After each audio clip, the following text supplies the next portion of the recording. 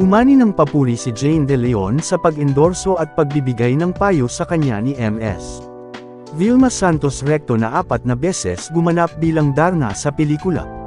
Bayan sa nabasang komento ay dapat lang bigyan ng chance si Jane as the new Darna dahil hindi naman siya mapipili ng ABS-CBN at ni Master Director Chito Ronyo kung hindi bilib at tiwala ang mga ito sa kanya.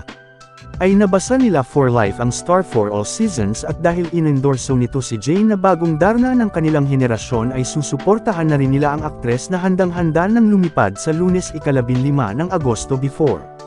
Sa kabila ng mga ngiting na saksihan namin kay Jane sa Grand MediaCon ng Darna, ay halatang kabado siya dahil sa laki ng expectations sa kanya ng lahat kaya naman kapag nakakabasa siya ng mga komentong hindi siya bagay sa bago niyang karakter ay apektado siya. Ito ang inamin niya sa panayam niya sa Magandang Buhay. Tanong ng host na si Regine Velasquez, ikaw na ang napiling Darna, syempre sobrang exciting noon, di ba? Pero at the same time, meron ding mga alam mo na, bakit yan? Bakit yan? Bakit siya yung napili? Pwede namang si ganito. Paano mo hinahandle yung, tawagin na lang natin sila sa pangalang, bashers? Tugon ni Jane, una po talaga, alam ni Mami yan na, naaapektuhan po ako. Noong una kasi, biglang Darna, from halik, from baguhang artista po. Hindi ko pa po alam kung paano ko po iha-handle, And syempre naaapektuhan nga po ako, ganyan. Sabi ko, bakit nila sinasabi ito? Pero after ilang years and months, na-realize ko rin po na may point naman din po sila. Bakit nga po ba ako yung napili?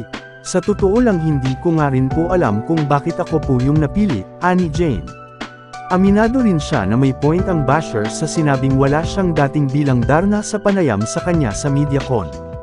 Hindi ko rin po talaga alam kung bakit ako napili at kung saan ako galing. Basta ako po ibinigay ko ang best ko and nag-audition po ako at dumaan ako sa proseso at pinaghirapan ko po yun, pahayag ng dalaga.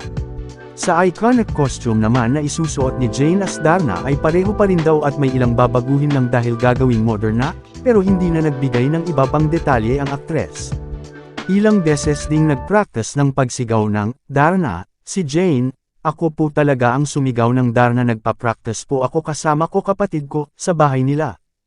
Anyway, kasama rin sa cast ng Darna series sina Janela Salvador, Paolo Gumabaw, Simon Ibarra, Jeffrey Santos, Eric Fructuoso, JV Capunan, Richard Juan, Mark Manicad, Yogo, Singh, Marvin Yap, Zepi Borromeo, Don Chang, L.A. Santos, Vive Ica Rovenes, George Agpangan, at Rio Locsin. Handog ng JRB Crit Ives at mula sa direksyon ni Aval Sanpongco, Benedict Mick, at Chito Ronyo, nakatakda ng lumipad si Darna sa Lunes 15 ng Agosto sa Kapamilya Channel, Kapamilya Online Live, A2Z, TV5 at Iwantik. Mr. Kasag pa here. E-subscribe muna yan for more news updates.